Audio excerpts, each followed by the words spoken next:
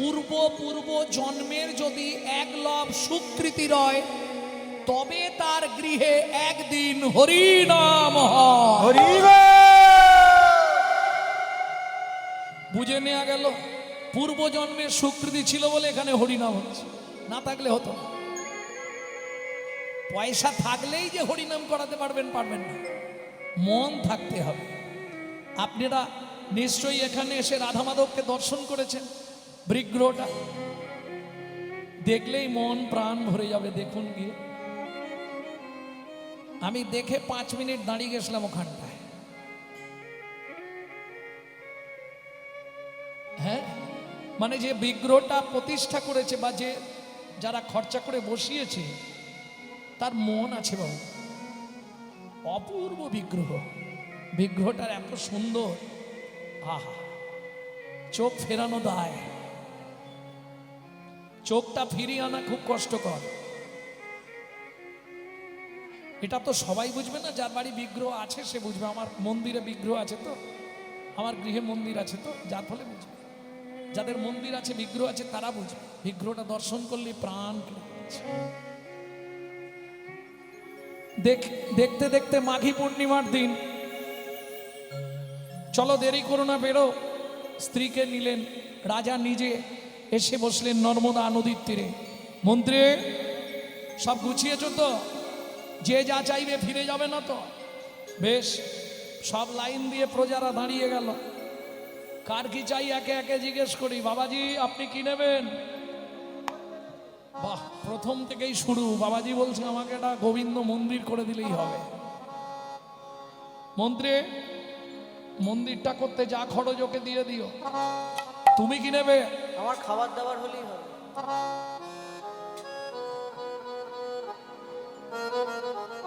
মন্ত্রী, সারা জীবন অন্য খাবারের কষ্ট হয়, সেই মতোকে অর্থ দিয়ে দাও। রতনলাল, তোমার কি চাই? রাজামশাই আমাকে বস্ত্র দেবে। মন্ত্রী, ওকে অর্থ দিয়ে দাও, সারা জীবন যেন বস্ত্রের কষ্ট না পায়। তুমি কি নেবে? 10 বিঘে জমি, 2টো হালের গরু। ভালো বুদ্ধি, হাল করে খাবে। মন্ত্রী, ওকে জমির ধারে নিয়ে যাও, যে জমিটা ওর পছন্দ সেই জমিটা ওকে দিয়ে দাও। লোভে পাপ, পাপে মৃত্যু। মন্ত্রী নিয়ে গিয়ে হাতে একটা শুলো দিয়েছে। তোমার যতটা দরকার গিয়ে পুঁতে দাও, এই জমিটাই তোমার, যাও। 10 বিঘে, 15 বিঘে, 20 বিঘে। মন্ত্রী বলছে 20 বিঘে হয়ে গেল, আর যেও না গো। আর কি হবে, বুড়ো বয়স তোমার, আর জমি নিয়ে কি করবে? বলে, জমিদার বলেছে যতটা দরকার আর একটু নিয়ে নি। 25 বিঘে, 30 বিঘে, 35 বিঘের মাথায় গিয়ে পাটি মুখ থুবড়ে পড়ল।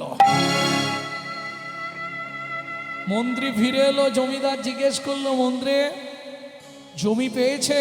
বলে, মহারাজ ইচ্ছা ছিল 35 বিঘে, পেল মাত্র 3.5 হাত।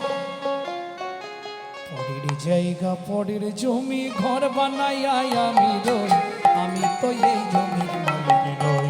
ও দয়াল রে, আমি তো এই জমির মালিক না। ও বিধি রে, আমি তো এই জমির মালিক না। প্রথম যেদিন ভবে এলাম, তুমি দিলে নতুন ঘর।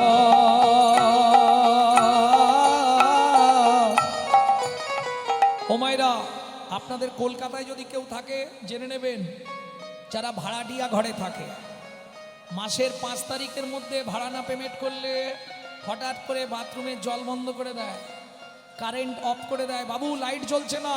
ভাড়া দিয়ে যাবেন, তবু লাইন ছাড়বো। বাবু, বাথরুমে জল পড়ছে না।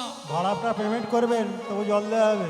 একই সিস্টেম। এটা আপনার বাপকেলে সম্পত্তি নয়, এটা ভাড়াটিয়া ঘর। সময় সময় ভাড়া না দিলে হঠাৎ করে দেখবেন ঘরের লাইট অফ হয়ে যাচ্ছে।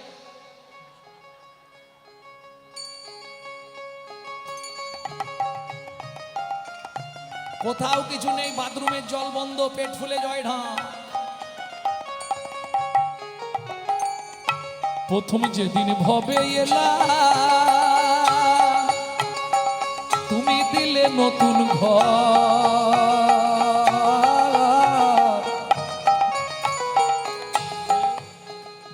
খালি ঘরে পালিশ মারছে, রেক্সোনা, লাক্স, ইন্টারলাক্স, ডাব, মতি, চন্দন, পার্কে ভিনিউ, সাদা করে ফেলছে ঘষে ঘষে। লাভ কি হবে? ভেতর সাদা করে, বাইরে সেজে লাভ কি? ভেতরটা সাজাও। কে? ঘরের কথা ভাবতে ভাবতে, ঘরের কথা ভাবতে ভাবতে, ঘরের কথা ভাবতে ভাবতে, ঘরের কথা ভাবতে ভাবতে তোমায় করলাম আর তার কথা মনে নেই, যে ঘর দিয়েছিল তার কথা মনে নেই। এখন ঘর নিয়ে ব্যস্ত, ভালো করে সাজাতে হবে ঘরটাকে। কি হ্যাঁ? এখানে মাখতে হবে, ওখানে ঘষতে হবে, এখানে লাল দিতে হবে, এখানে কি সব লাগায়, আইলানা, মাস্কারা, সুন্দর করে সাজতে হবে। ঘর সাজানো হচ্ছে, অথচ ঘরটা যা তার সঙ্গে কোনো সম্পর্ক নেই। আচ্ছা মায়েরা, এত যে ঘর সাজাচ্ছেন, আপনার ঘরের দরজা দুটো কবে খুলেছিল একটু ডেটটা বলতে পারবেন? দাঁড়াও দাঁড়াও, বলতে পারবে? ঘরের দরজা কবে খুলেছে বলতে পারবে? কি হলো, পারবে না? চেষ্টা করো। আরে জন্মের তারিখটা বলতে পারবে না? জন্মের তারিখ বলতে পারবে, কিন্তু ঘরের দরজা কবে খুলেছে এটা বলতে পারবে। কেন? মায়ের পেটে থাকাকালীন দরজা খুললে তবে শিশু বাইরে আসার জন্য ছটফট করে। আচ্ছা খোলার ডেট তাহলে বলা যাবে না, বাদ দিয়ে দিন। বাইরে যেটা দেখছেন সেটা তো বলতে পারবেন।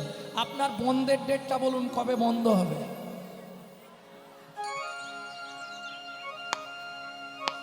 হবে বন্ধের ডেট?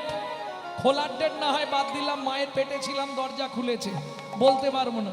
বন্ধের ডেটটা তো বলতে পারবো, দরজা কবে বন্ধ হবে বলতে পারবো না। কেন? আমার ঘরের চাবি তোমার হাতে, ঘরের চাবি তোমার হাতে, দয়াল ঘরের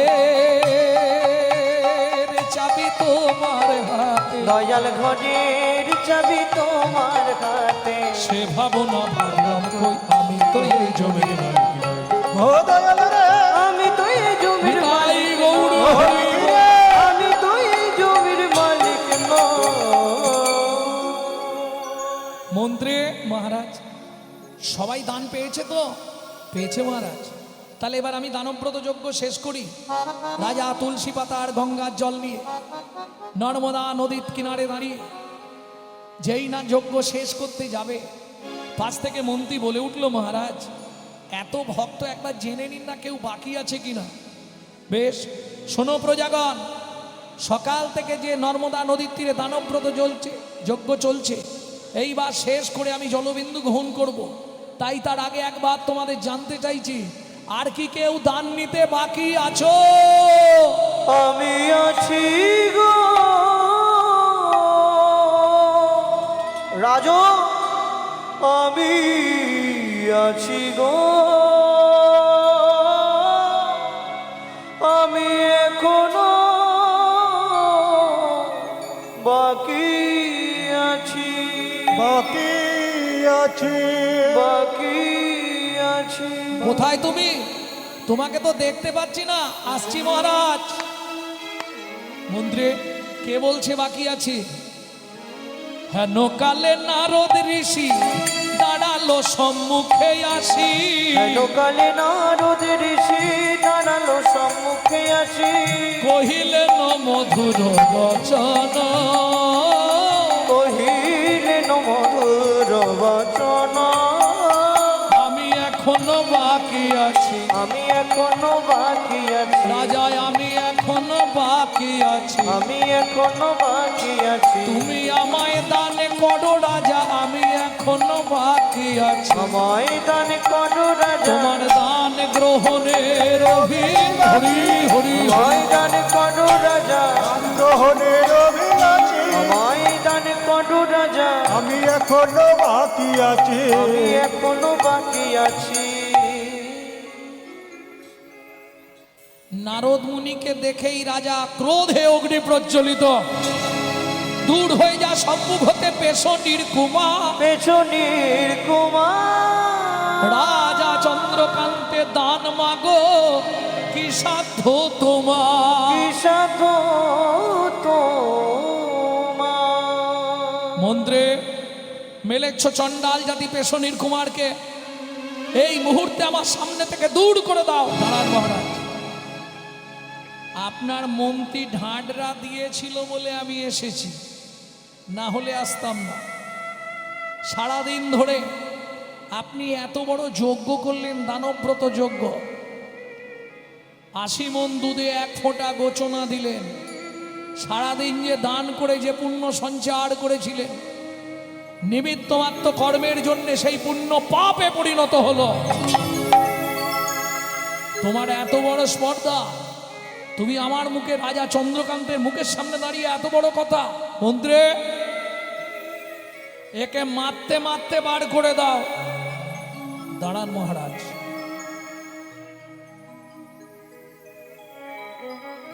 অতি দর্পে হত লঙ্কা, অতি মানে চ কৌরবা, অতি দানে বলি হত।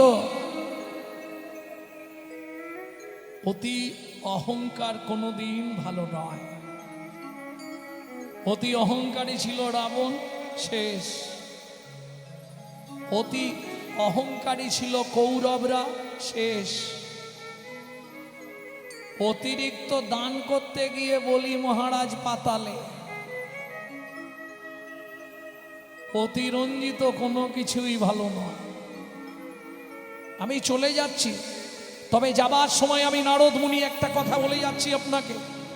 আজকে যে পাপ আপনি করলেন, এর জন্যে আগত জন্মে আপনাকে চণ্ডালের ঘরে জন্ম নিতে হবে।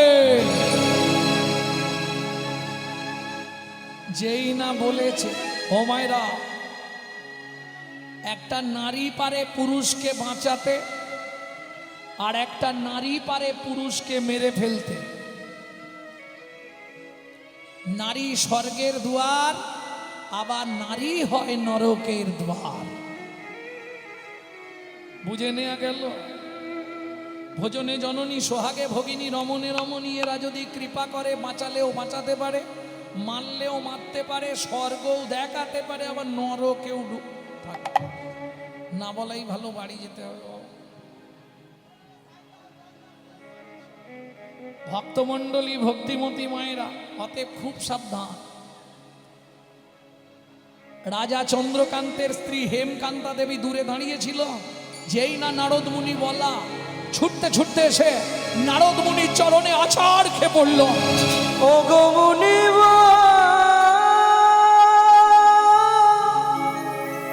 একই অভিশাপ তুমি দিলে, ক্ষমা করো।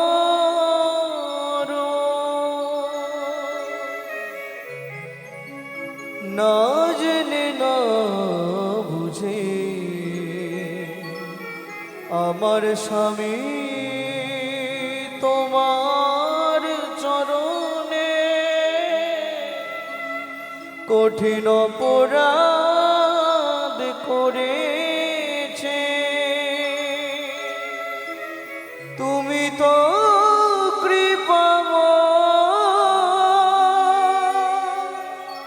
করুণা করে এই অভাগীরে কৃপা করো।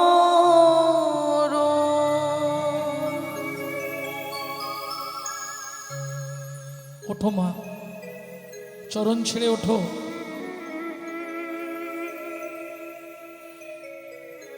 মুনিবর, আমি জানি আমার স্বামী অন্যায় করেছে, আর আপনার অভিশাপ মিথ্যে হওয়ার নয়। আগত জন্মে আমাদের নিষাদ কুলে চণ্ডালের ঘরে জন্মাতে হবে, তাতে কোনো দুঃখ নেই মুনিবর। দুঃখ আমার জীবনে একটাই, জানি না কোন পাপের কারণে এ জন্মে আমি সন্তানের মা হতে পারলাম না।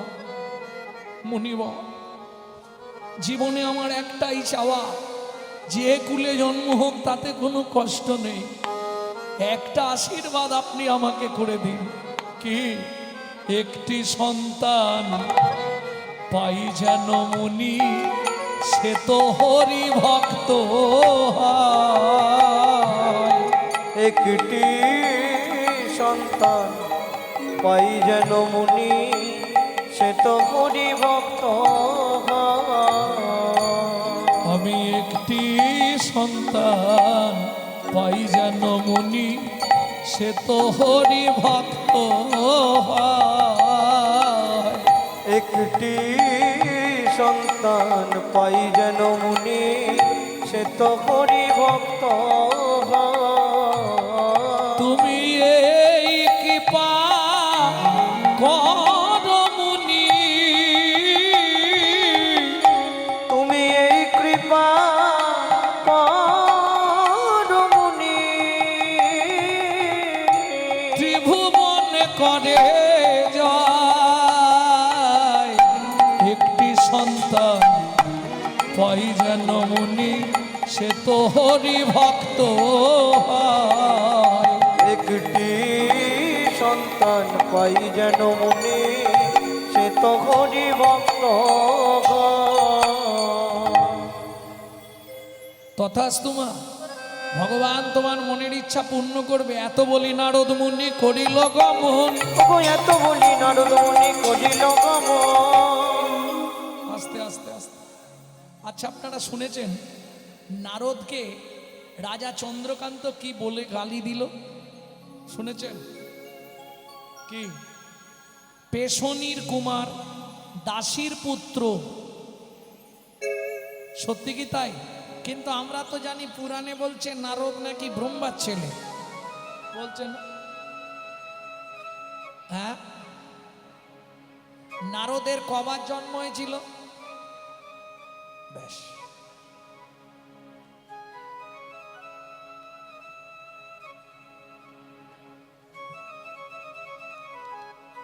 ভক্তমণ্ডলী, ভক্তিমতী মায়েরা, আপনারা লোমর্ষ মুনির কথা শুনেছেন? লোমর্ষ মুনি, যার গোটা গায়ে লোম ভর্তি। লোমর্ষ মুনি মাথায় একটা পাতা চাপিয়ে, বৃষ্টি পড়ছে, তার মধ্যে বসে বসে ভজন করছে। ব্রহ্মা জিজ্ঞেস করছে, লোমর্ষ মুনি তুমি এইভাবে ভজন করছো কেন? বলে কদিন আর বাঁচবো, আর কি হবে, বুড়ো হয়ে গেছি, ভিজলেই বাকি আর শুকনো থাকলেই বাকি। বলছে মুনি তোমার বয়স কতদিন যেন? তোমার পরমায়ু কত যেন? কি কত? না, তোমার শরীরে যত লোম তত বৎসর তোমার পরমায়ু। গোটা গায়ে লোম ভর্তি তো, যার জন্য লোমর্ষ মুনি। সেই লোমর্ষ মুনি যখন নারায়ণ শিলাকে প্রতিষ্ঠা করলো গৃহে, একজন দাসী ছিল, নাম তার সৌবানী দেবী। ভালো করে শুনে নিন, খুব কম বয়সে বিধবা হয়ে গেছিল সৌবানী দেবী।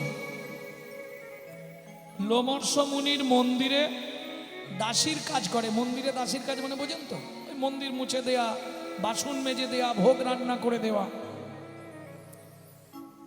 দেখতে দেখতে প্রায় 3 বছর হলো। লোমর্ষ মুনি বলছে, মা এতদিন তুমি আমার মন্দিরে আছো, কোনোদিন তো তুমি বেতনও চাও না, আর কিছুই নাও না, খাও দাও থাকো, ভাগবত শোনো, ঘর চলে যাও। তা তোমার কি কোনো কিছুর প্রয়োজন হয় না? সুযোগ যখন পেয়েছি আর ছাড়ছি না। দেবেন বাবা? বলো মা তুমি কি নেবে? যা চাইবো তাই দেবেন? নিশ্চয়ই দেবো, তবে চাইবার আগে মনে রেখো তুমি কিন্তু বিধবা। ঠিক আছে, তাই কাল আমি যখন নারায়ণকে স্নান করিয়ে নারায়ণের চরণে তুলসী দান করে নারায়ণের চরণ বাসি তুলসীগুলো নিয়ে বাইরে বেরোবো, সেই সুযোগে তুমি চেয়ে নিও, আমি দিয়ে দেবো। লোমর্ষ মুনি নারায়ণের সেবা করতে ঢুকলেন। সৌবানী দেবী ঠাকুর মন্দিরের বাইরেটা আঁচল পেতে বসে আছে। বেরোলেই চাইব। লোমার সমনি নারায়ণের সেবা পূজা সেরে ওই বাসি তুলসী পাতা দুটো হাতে নিয়ে বেরোচ্ছিল, সেই সুযোগে সৌবানী দেবী চেয়ে ফেললো, বাবা বলো মা, আপনি যে দেবেন বলেছিলেন, হ্যাঁ কি নেবে তুমি? অন্য কিছু চাইবো না, আমার একটা সন্তান চাই। স্তব্ধ হও বালিক, তোমার এত বড় স্পর্ধা, তোমাকে আগেই বলেছিলাম তুমি বিধবা। আমি দিলে দিতে পারি, কিন্তু জগৎ বলবে সবাই আমার সন্তান তোমার গর্ভে। মেনে নিতে পারবে? এই কলঙ্কের বোঝাটা মাথায় নিয়ে বাঁচতে পারবে? কাঁদতে কাঁদতে সৌবানী দেবী বলল, বাবা জগতে কে কি বলল তা তো আমার দেখে লাভ নেই, দেখার মালিক তো দেখছে, তিনি যা বলবে সেটাই ঠিক। যদি দিতে হয় তাহলে আমাকে একটা সন্তান আপনি দিন, সে যেন বিশুদ্ধ হরি ভক্ত হয়। কি করবে লোমর সমুনি? মুশকিলে পড়লেন। হাতে তুলসী পাতা দুটো ছিল, দিয়ে বলে, মা এই তোর হাতে তুলসী দুটো দিলাম, তুই যা ভাববি সেটাই ফলবে, এই নে। তুলসী পাতা দুটো হাতে নিয়ে সৌবানী দেবী বলছে, ভগবান তোমার মতো একটা সন্তান আমায় দিও।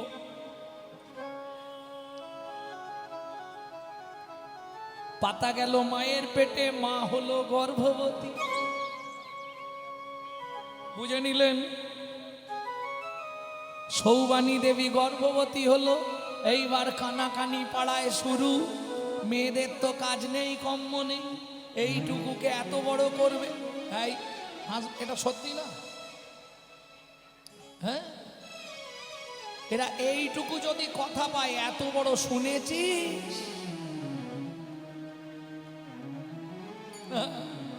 বিধবার বাচ্চা হবে দেখ।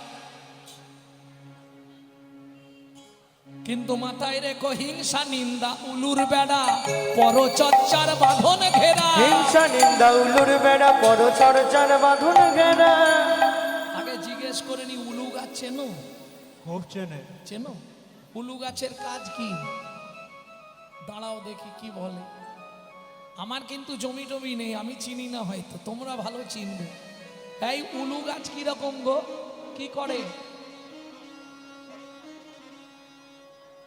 সরু সরু ঘাস, হ্যাঁ, তার এটা কি কাজটা কি?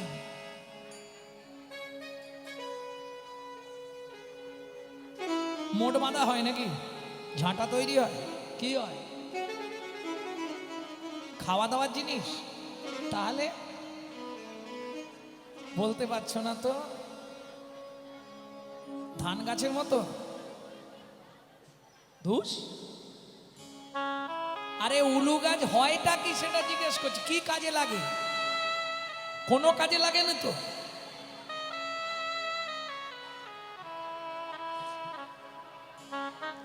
এই উলু গাছের সৃষ্টি কোথা থেকে জানো?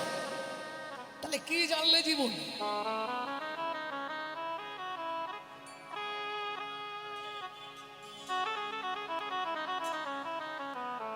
উলু গাছ জন্মেছিল কি করে জানো? জানো না? হরি বল হরি বল। দেবী কালী যখন কাকে বধ করার জন্য কালী হয়েছিল দুর্গা জানো? কাকে? কোন অসুরকে? ভুল ভাল বলবে, কিচ্ছু জানে না। মধু কৈটবকে বধ করার জন্য দেবী তো দশভুজা হলেন, আর রক্তবীজকে বধ করবার জন্য মা কালী মূর্তি ধরলেন। সেই রক্ত যেখানে পড়েছিল সেখান থেকে উলু গাছের সৃষ্টি। উলু গাছ হচ্ছে হিংসার প্রতীক। ও গায়ে লাগলেই তুমি যখন উলু বন দিয়ে চলে যাবে, কিচ্ছু বুঝতে পারবে না, কিচ্ছু বুঝতে পারবে না। বাড়ি এসে দেখবে পুরো রক্তের মতো চেরা চেরা দাগ হয়ে গেছে। হয় না? হয় না? এইবার বুঝে নাও, হিংসা নিন্দা উলুর বেড়া, পরচর্চার বাঁধন ঘেরা। হিংসা নিন্দা উলুর বেড়া, পরচর্চার বাঁধন ঘেরা। একটা জমির 9টি ভেড়া, একটা জমির বাড়লো ভাবনা দিনে দিনে, আগে উলু গাছ হাঁটাও, না হলে ভাই চাষ হবে না হৃদয় জমিনে। গুরু বিনা চাষ হবে না হৃদয় জমিনে। বুঝে নিলে? এবার নারীর কাজ, কানাঘুষো হচ্ছে। দেখতে দেখতে সৌভানী দেবী 11 মাসে প্রসব হলেন সুন্দর সুপুরুষ পুত্র সন্তান। বাবা কি অনেক দুঃখের পরে আমার সন্তান, আমার এই ছেলের নাম হবে দুঃখী। কি নাম? দুঃখী। দুঃখে দুঃখে পেয়েছি, নাম হবে দুঃখী। দিন যায় মাস যায়, বয়স হচ্ছে। ভক্তমণ্ডলী ভক্তিমতী মায়েরা ব্রহ্মার 4 ছেলে, সনক, সনাতন, সানন্দ, সনত কুমার। 4 জন এলেন লোমৎস মুনির আশ্রমে যোগ শিক্ষা করবার জন্য। সেই সময় দুঃখীর দায়িত্ব পড়ল, তারা যেখানে বসে ধ্যান করবে সেখানটা মুছে দেওয়ার, তাদেরকে জোগাড়পাতি করে দেওয়া। তারা যখন 4 জন ধ্যান করতে বসে, দুঃখী তাদের মুখোমুখি বসে চোখ বন্ধ করে প্র্যাকটিস করে, অভ্যাস করে। এইবার যখন তাদের যোগ শিক্ষা হয়ে গেল, একদিন রাত্রিতে লোমৎস মুনিকে প্রণাম করে তারা চলে গেলেন। বদ্রী নারায়ণ দুঃখী তাদের পিছনে পিছনে যাচ্ছে। অনেকখানি বাড়ি থেকে চলে গিয়ে ঘুরে দেখে বাচ্চা ছেলে দুঃখী চলে এসছে। এই দুঃখী, আরে তুই এলি কেন? বলে আমিও তোমাদের সঙ্গে ধ্যান করতে যাব। না, তুই ফিরে যা, তোর মা কান্নাকাটি করবে, তোর মায়ের তুই ছাড়া আর কেউ নেই, ফিরে যা দুঃখী। তাহলে কবে আমি আসবো ধ্যান করতে তোমাদের সঙ্গে? শোন দুঃখী, যেদিন তোর মা না থাকবে, তোর মা মারা গেলে তুই আমাদের কাছে চলে আসবি, তোর জন্য আমরা বদ্রী নারায়ণে অপেক্ষা করব। শুনলেন? দুঃখী বাড়ি চলে গেল। মা কি, আমি ধ্যান করতে বসবো। খেয়ে দেন এদিকে তাড়াতাড়ি। খাবো না, আমি ধ্যান করতে বসবো। দুঃখী ধ্যান করতে বসলো।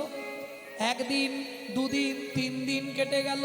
3 দিনের দিন গভীর রাতে নারায়ণ এসে দাঁড়ালো। দুঃখী কে? আমি শ্রী বিষ্ণু নারায়ণ। বলো তুমি কি নেবে দুঃখী? কি পেলে খুশি হবে?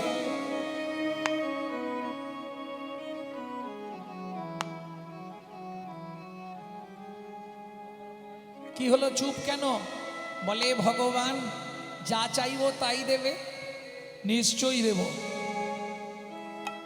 তুমি যা চাইবে তাই দেব। দুঃখী বলে মাথা ছুঁয়ে বলো।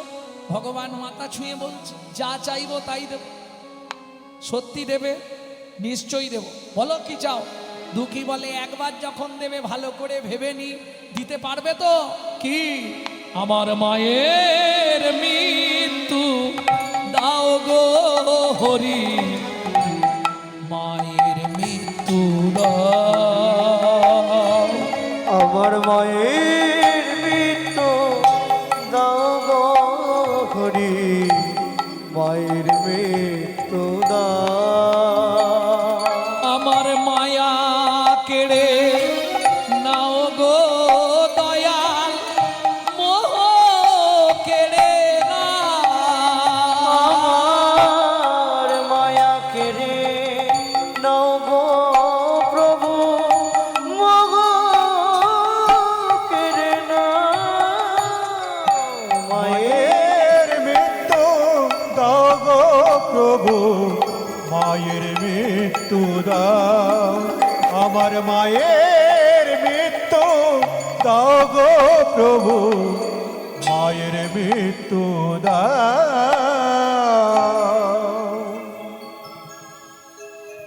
চমকে উঠল শ্রী বিষ্ণু নারায়ণ। দুঃখী,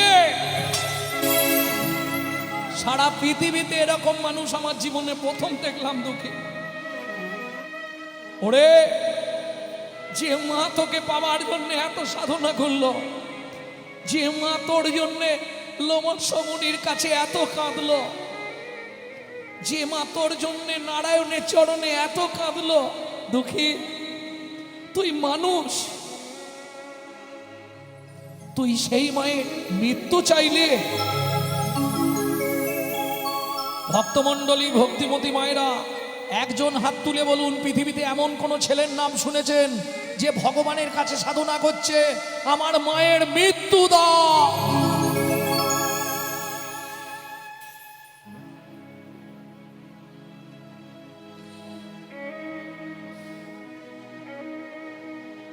ভগবান কাঁদছে। দুঃখী, ও দুঃখী, তুই জানিস দুঃখী কি এ জগতে যার মা নেই তার এই পৃথিবীতে আর কেউ নেই, জানিস দুঃখী? এ জগতে যার মা চলে গেছে তার পৃথিবীর সব চলে গেছে রে। আমি দিতে পারবো না দুঃখী, আমি চললাম। ফিরে গেলেন শ্রী বিষ্ণু নারায়ণ। দুঃখী শুনবে না, আবার ধ্যানে বসলেন।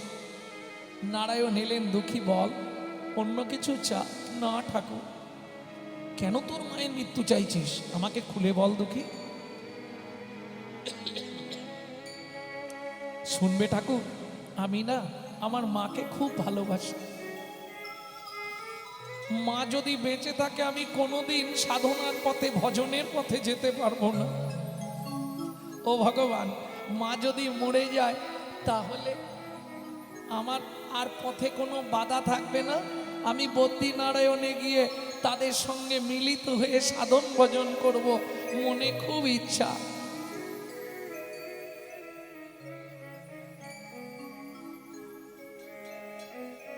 দুঃখী, অন্য কিচ্ছু চাইবি না?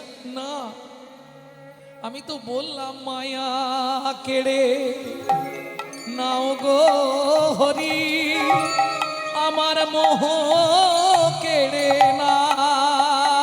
আমার মায়া কেড়ে নাও গো হরি, মোহ কেড়ে না। আমার মায়ের মৃত্যু দাও গো হরি, মায়ের মৃত্যু দাও, আমার মায়ের মৃত্যু দাও গো হরি, মায়ের মৃত্যু দাও।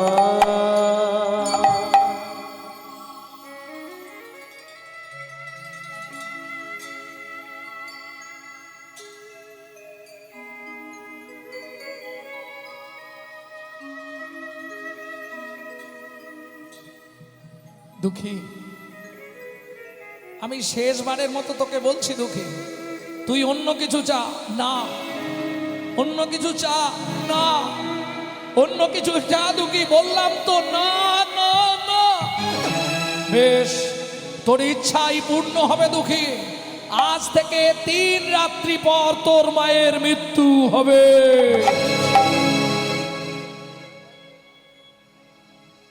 আশীর্বাদে করি হরি, চলিলে নতরা করি। আশীর্বাদ করি হরি, চলিলে নতরা করি। একে একে দিন কেটে যায়, একে একে দিন কেটে যায়। 3 দিনের দিন সকালবেলা দুঃখী মাকে বলছে, মা, ও মা, আজকে তুমি আমাকে খাইয়ে দেবে মা? কেন রে দুঃখী? আমি একটা ভুল করে ফেলেছি জানো মা। কি কি ভুল করেছিস দুঃখী? ওটা তোমায় বলা যাবে না। সেই ভুলের জন্যই আমি দিনরাত কাঁদছি।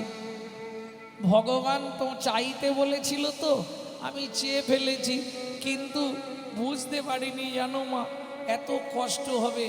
ভগবানকে বলছি আমার বরটার দরকার নেই, তুমি ক্যান্সেল করে দাও। ভগবান তো আর শুনবে না, দিয়েছে যখন নিতেই হবে। 3 দিনের দিন সন্ধ্যাবেলায় দুঃখী মায়ের পাশে শুয়ে আছে, সারা রাত ঘুম নেই চোখে। আজ 3 দিন বারবার উঠে দেখছে, মা কি হলো তো? ও না, ঠিক আছে। আবার ঘুরে শোয়, আবার রাত হয়, মাকে ডাকে, মা কি? ও ঠিক আছে। কি ঠিক আছে? খালি মা মা করছিস, কি হয়েছে তোর বলতো? ভগবান যা বলেছে দুঃখী শোনা তো ভুল হয়েছে। ভগবান বলেছে 3 রাত পর, 3 রাতের মধ্যে তো বলেন, 3 রাত পর। এইবার 4 দিনের দিন রাত্রিতে দুঃখী ঠিক ওই একইভাবে আছে মা মা। ঠিক ভোরের দিকে দুঃখীর ঘুম ধরে গেছে, বাচ্চা ছেলে তো আর থাকতে পারছে না, ঘুম চোখে এসে গেছে, ঘুমিয়ে গেছে। চিৎকার করে উঠল সৌবানী দেবী, দুঃখী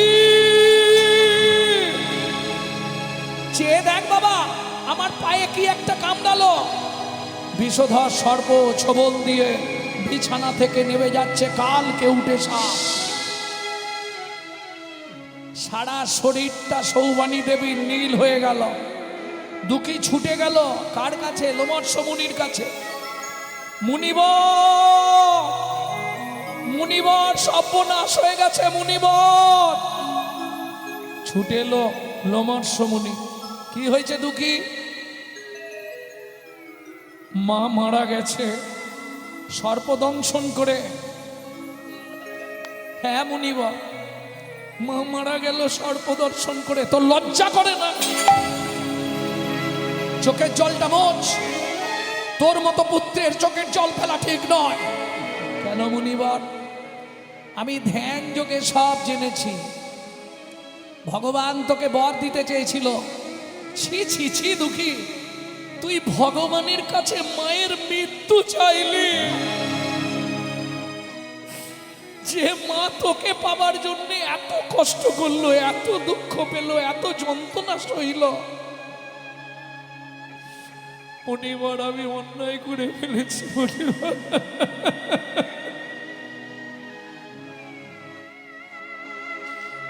আমাকে ক্ষমা করে দিন মুনিবর, আমি অন্যায় করে ফেলেছি। আর ক্ষমা চেয়ে কি হবে? নদীর ঘাটে কলার ভেলা প্রস্তুত করা হয়ে গেছে।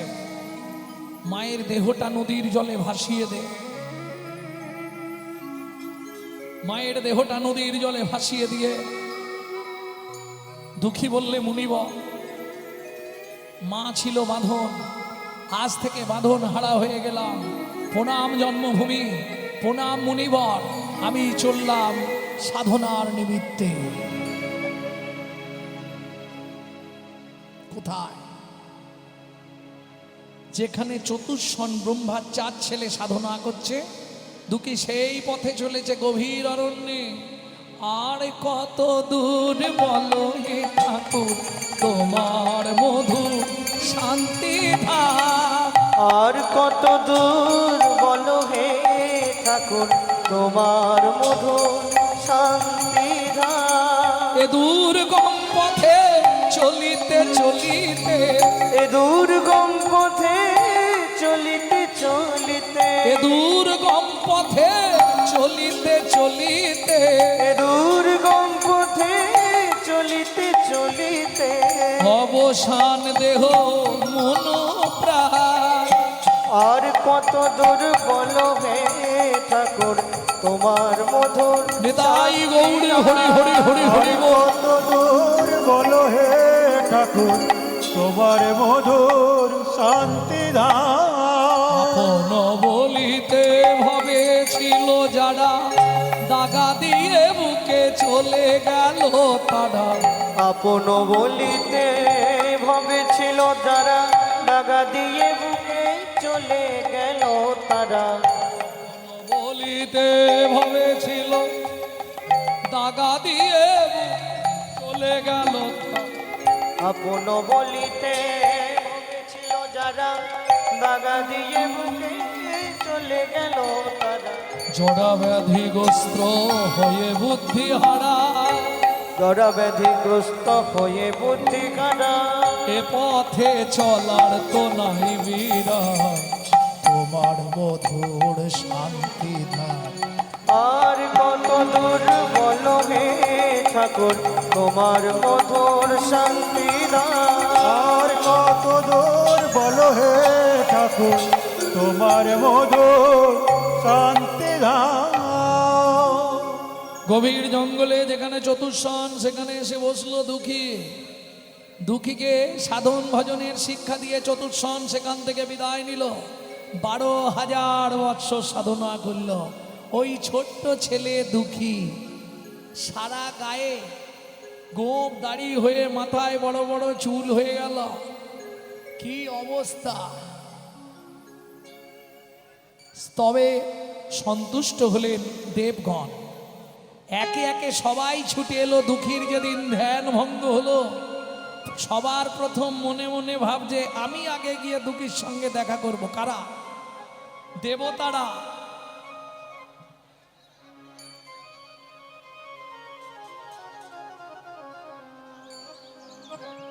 সবার প্রথম চললেন কে? সৃষ্টিকর্তা।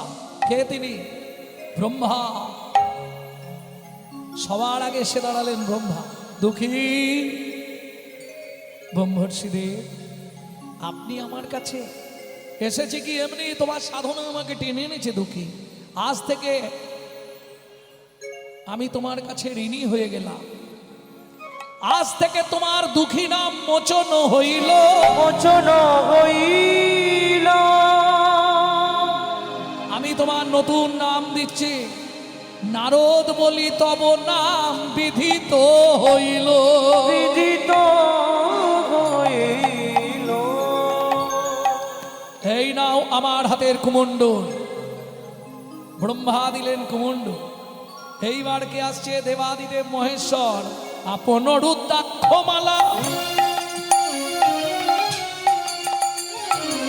দুঃখীর গলে দিল। শ্রীহরি বলিয়া দুঃখী নাচিয়া উঠিল। শ্রীহরি বলিয়া দুঃখী নাচিয়া উঠিল। সরস্বতী বিনা দিয়া বলিল বচন। সরস্বতী বিনা দিয়া বলিল মোচন। সরস্বতী বিনা দিয়া বলিল বচন। সরস্বতী বিনা দিয়া বলিল মোচন। বিনা যন্ত্রে গান করে মাতাও হে ভুবন। বিনা যন্ত্রে গান করে মাতা ভুবন। তাহলে এতদিন নাম ছিল দুঃখী, আজ থেকে নাম হলো কি নাম? নারদ মুনি। জেনে গেলেন আসল তত্ত্ব হলো এটাই। তাহলে রাজা চন্দ্রকান্ত ভুল বলেন তো? দাসীর পুত্র, পেশনির কুমার। সত্যি কি দাসীর পুত্র? ভগবানের চরণ তুলো শিখে তবে সৌমানী দেবী গর্ভবতী হয়েছিল, প্রমাণ করে দিলাম।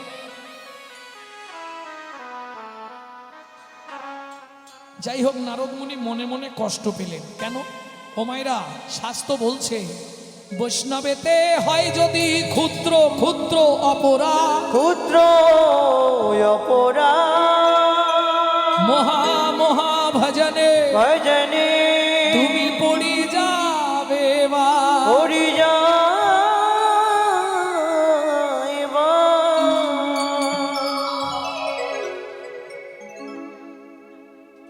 নারদের অভিশাপ এতদিনে পূরণ হলো। রাজা চন্দ্রকান্ত আর হেমকান্তা দেবী মারা গেলেন। এলো তেতা যুগ। জন্ম নিলেন কোথায়? দুইজনেই জন্মালেন, আবার সংসার করলেন। ও মাইরা, স্বামী স্ত্রী একসঙ্গে 7টা জনম থাকা যায়, জানেন? এ তত্ত্বটা বললে অসুবিধে আছে না, এটা বলা যাবে না। আজকে অনেক ইউটিউব আছে, হ্যাঁ, এরা ছড়িয়ে দেবে যে এটা গোপন কথা, পরে তোমার কানে কানে বলে দেব। স্বামী স্ত্রী একসঙ্গে 7টা জনম থাকতে পারবে। কি করলে? বলবো, পারবে না, শুধু শুধু শুনতে চাইছো।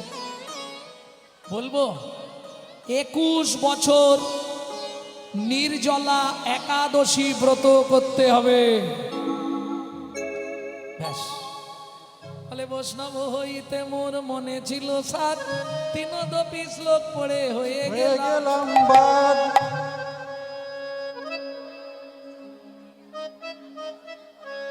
তবু শোনা হলো তো, চেষ্টা করব।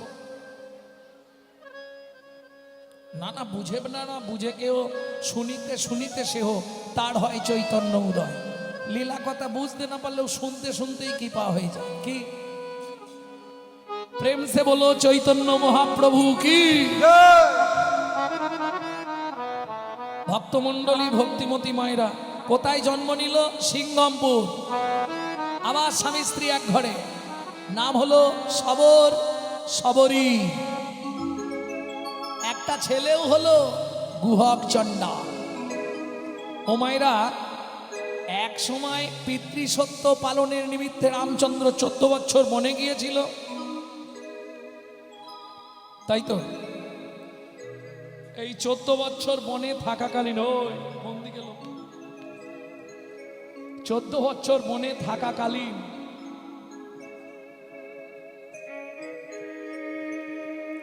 ভক্তমণ্ডলী ভক্তিমতী মায়েরা কার আদেশে বনে গেছিল রামচন্দ্র? পিতৃসত্য পালনের নিমিত্তে, তাই তো? 14 বছর বনে।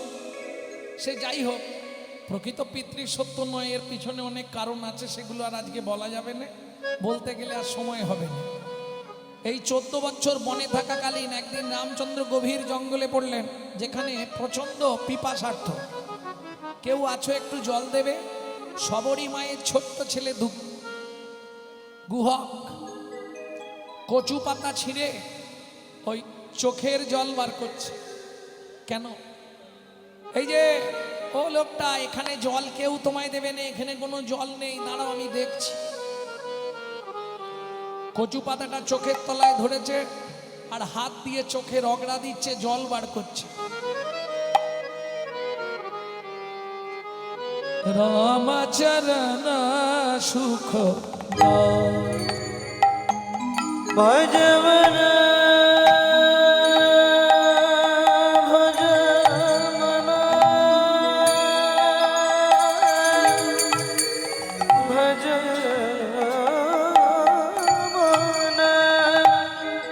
রামচরণ সুখ দায়। ভজ মন রামচরণ সুখ দায়। जाको चरणन में पासन उधार, जाको चरणन में पासन उधार। माधव तरनी शरणकारी, राम चरण सुख पाय। भज मन राम चरण सुख दाई। ভজ মন রামচরণ দাই সুখ দায়। এই যে ও লোকটা, এই নাও একটু জল এনেছি, খেয়ে নাও। ভগবান কচু পাতায় এইটুকু জল দেখে হাসছে, দে ওইটাই খাই। হ্যাঁ রে খোকা, জলটা এমন কেন? পেয়েছো, তোমার ভাগ্য ভালো। এখানে কোথাও জল নেই, আমি নিজে চোখ থেকে জল বার করে তোমার তৃষ্ণা মিটালাম, বুঝলে? যেই বলেছে চোখ থেকে জল বার করে দিলাম, ছুটে গিয়ে রামচন্দ্র গুহককে বুকের মধ্যে জড়িয়ে ধরলো। আর যেই জড়িয়ে ধরলো, গুহক চিৎকার করে উঠল, ঠাকুর! সর্বনাশ হয়ে গেল। কি রে? আমি চণ্ডাল, আমাকে জড়িয়ে ধরলে, তোমার জাত মরে গেল। কেন? পাড়ার লোকেরা বলে আমাদের ছুঁলে স্নান করতে হয়, তুমি আমাকেই ছুঁলে ঠাকুর? শোন গুহ, শাস্ত্র কি বলে জানিস? চণ্ডাল হোপি মুনি শ্রেষ্ঠ, হরি ভক্তি পরায় না। চণ্ডাল চণ্ডাল নয় যদি কৃষ্ণ বলে, যদি কৃষ্ণ বলে। ব্রাহ্মণ চণ্ডাল হয় যদি অসৎ পথে চলে। যদি অসৎ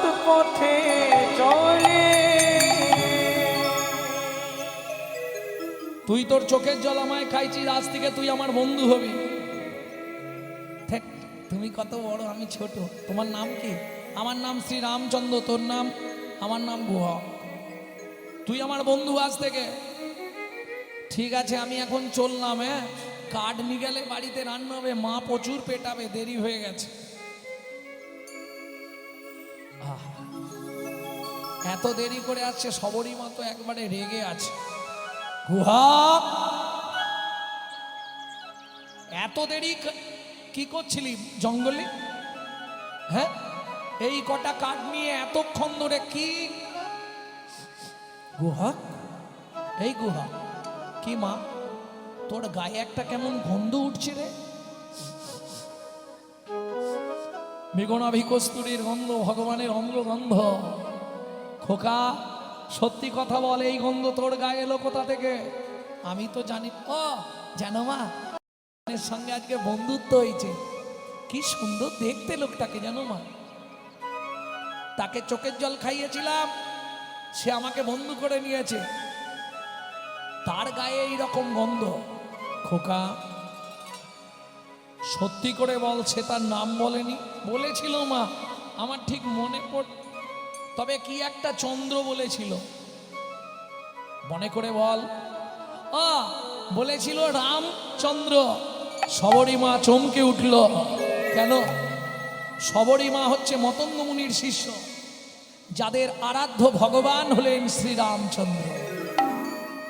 খোকা, আমি মা হয়ে তোর কাছে একটা আবদার করব বাবা।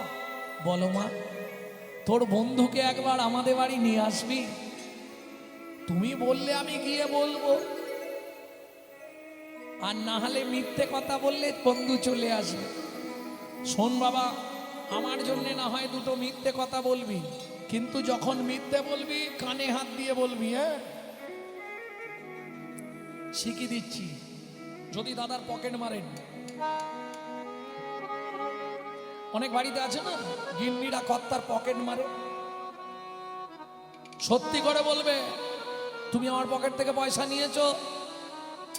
তুমি বিশ্বাস করো, তোমার পকেট থেকে একটা পয়সাও নেই।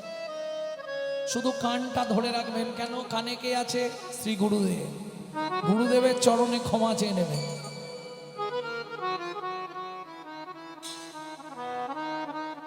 ভক্তমণ্ডলী, ভক্তিমতী মায়েরা, গুহাক পরের দিন খেলতে গেছে, ঠিক সন্ধ্যা নেমে আসছে। গুহাক মনে মনে ভাবছে, যদি চুপ করে বসে থাকি তাহলে বন্ধু চলে যাবে। বসে বসে গান গাই, বন্ধু ঠিক দাঁড়িয়ে পড়ে। যে গানটি শোনাবো, এই গানটি গাইতে যদিও আমার খুব কষ্ট হয় এখনো, কারণ যারা আমাকে বহুদিন ধরে দেখছেন দক্ষিণ 24 পরগনায়, না হলেও আজ 30-32 বছর, তা এখনকার শ্রীমূর্তি দেখে নিশ্চয়ই বুঝতে পারছেন, গত জ্যৈষ্ঠীতে মা অপ্রকট হলেন। ঠিক মরার কিছুদিন আগে এই গানটি মা আমায় শিখিয়ে গেল। সেই গানটি আজকে আপনাদের শোনাবো।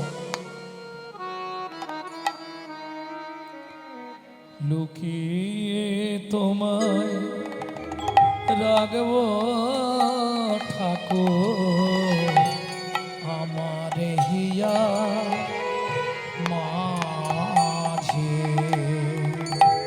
লুকিয়ে তোমার রাখবো ঠাকুর, আমার হিয়া মাঝে।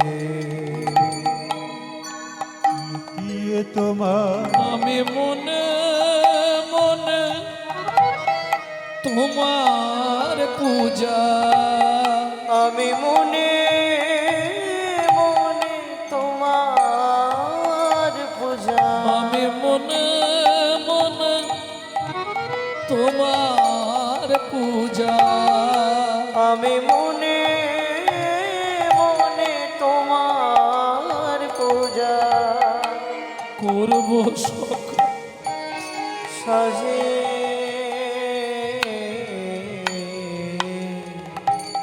আমার হিয়া মাঝে লুকিয়ে তোমার রাখবো ঠাকুর আমার হিয়ার মাঝে লুকিয়ে তোমায় রাখবো ঠাকুর আমার হিয়ার মাঝে। নাই বা যদি দেবদাসিনা তোমার মাথায় চামর ঢুলায়, নাই বা যদি দেবদাসীরা তোমার মাথায় চামর দুলায়, ক্ষতি কি তাই শঙ্খ ঘণ্টা নাই বা যদি বাজে,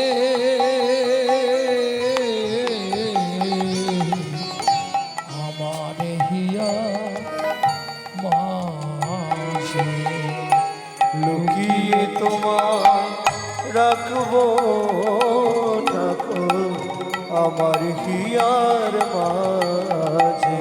লুকিয়ে তোমায় রাখবো ঠাকুর আমার হিয়ার মাঝে। ও গুহাক, সন্ধ্যা নেমে এসছে, তুই এখনো বসে আছিস? ঠাকুর পায়ে লেগে গেছে, বাড়ি যেতে পারছি না, আমি দিয়ে আসবো? তাহলে তো ভালোই হয়। বেশ, তুই এক কাজ কর, তুই আমার কাঁধে ওঠ, আমি তোকে বাড়ি দিয়ে আসি। গৌরচন্দ্রিকায় শুনেছিলেন ভগবান ভক্তের কাঁধে সেই ঋণ লীলায় এসে শোধ হচ্ছে।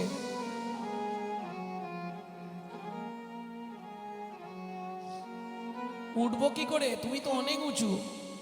ঠিক আছে, আমি এখানটায় বসছি, তুই আমার পিঠে পা দিয়ে উঠে পড়।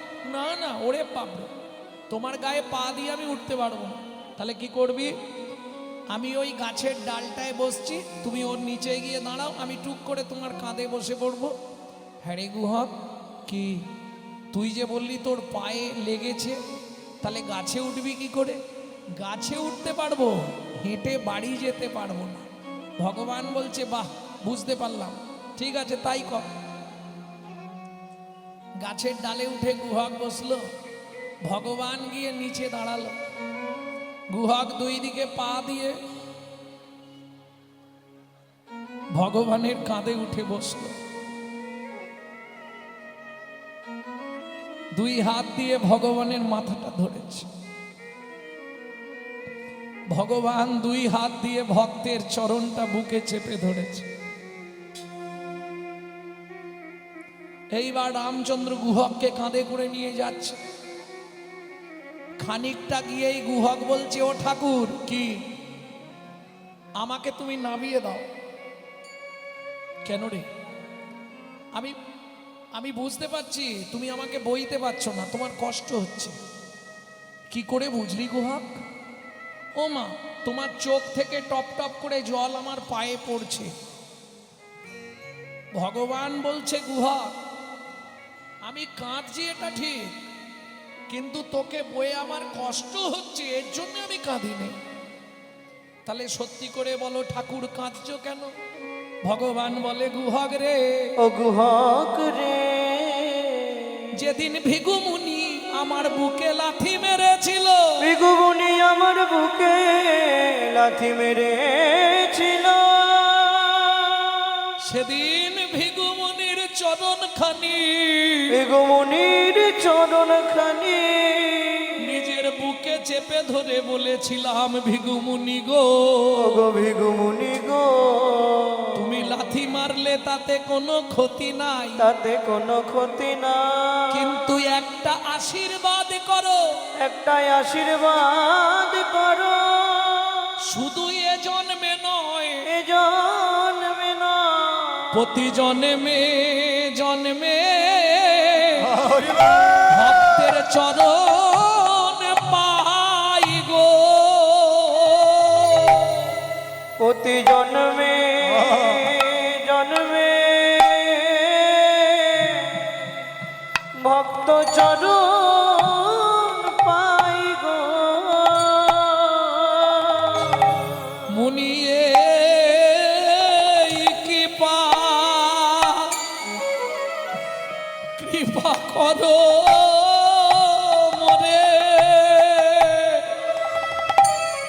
প্রতি জন্মে যেন ভক্তের চরণ পাই গো। তুমি কৃপা হরি বল হরি বল হরি বল। মোরে যেন প্রতি জন্মে ভক্ত চরণ পাই গো।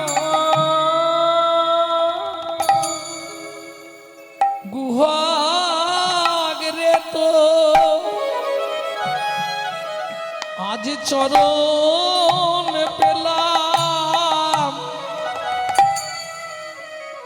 এ জন্মে আশা আমার পূর্ণ হলো। গুহাগরে প্রতি জন্মে আমার বন্ধু হবে,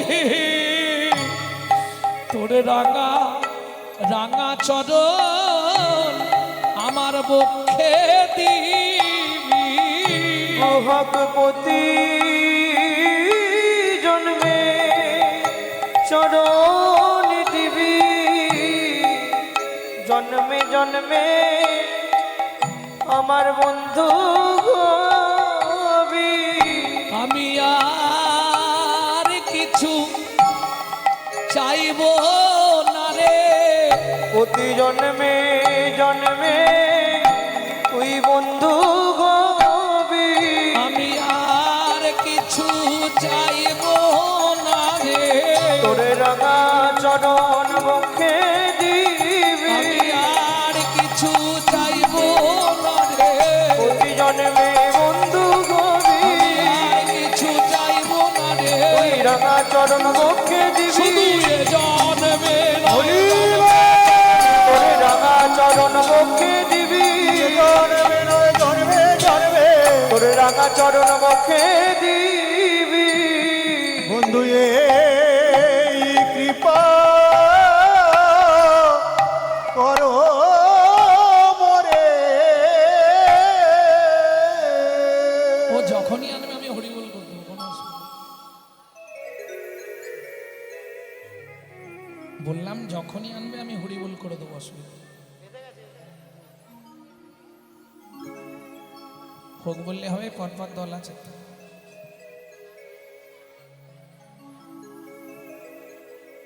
ভক্তমণ্ডলী ভক্তিমতী মায়েরা, রামচন্দ্র বললে গুহাগার কত দূর? গুহাগ বললে ওই যে এসে গেছি মা। ও মা, অমৃত নিন্দিত বাণী ভুবন মঙ্গল ধ্বনি, অমৃত নিন্দিত বাণী ভুবন মঙ্গল ধ্বনি। আর তাহে স্নেহের সহিতে আর ত্রাহে সেহের সহিতে। গুহাগ বলছে প্রভু আমাকে এবার নাবি দাও, মা এসে গেছে। হা হা হা, সবরই মা বলছে প্রভু কৃপা করে যখন আমার গৃহে এলে একটু ভেতরে চলো, আমি সেবা দিই। কতদিনের ফল পাকুড় তুলে রেখেছি তোমার জন্যে। রামচন্দ্র বললে মা গো দুঃখ করো না, পিতার আদেশ। রাম 14 বছর বনে যাচ্ছিস, কারো ঘরে না যাইবি, কিছু না খাইবি, 14 বছর মনে মনে ভ্রমণ করিবি। ভ্রমণ করিবি। আজ আমি খাবো না মা, তবে কথা দিচ্ছি আগত দাপর যুগে আমি ব্রজেন্দ্র নন্দন কৃষ্ণ হব। তুমি জন্ম নেবে মথুরার যমদা নগরে, ফল বেচতে আসবে বৃন্দাবনে। আমি কথা দিলাম সেদিন ফল চেয়ে খাবো, সেদিন ফল চেয়ে খাবো। যেদিন ব্রজেন্দ্র নন্দন হব সেদিন ফল চেয়ে খাবো। ব্রজেন্দ্র নন্দন হব। বলি মাগো তোমায় কথা দিলাম, সেদিন ব্রজেন্দ্র নন্দন হব। মাগো তোমায় কথা দিলাম, আমি ব্রজেন্দ্র নন্দন হব। সেদিন ফল চেয়ে খাবো।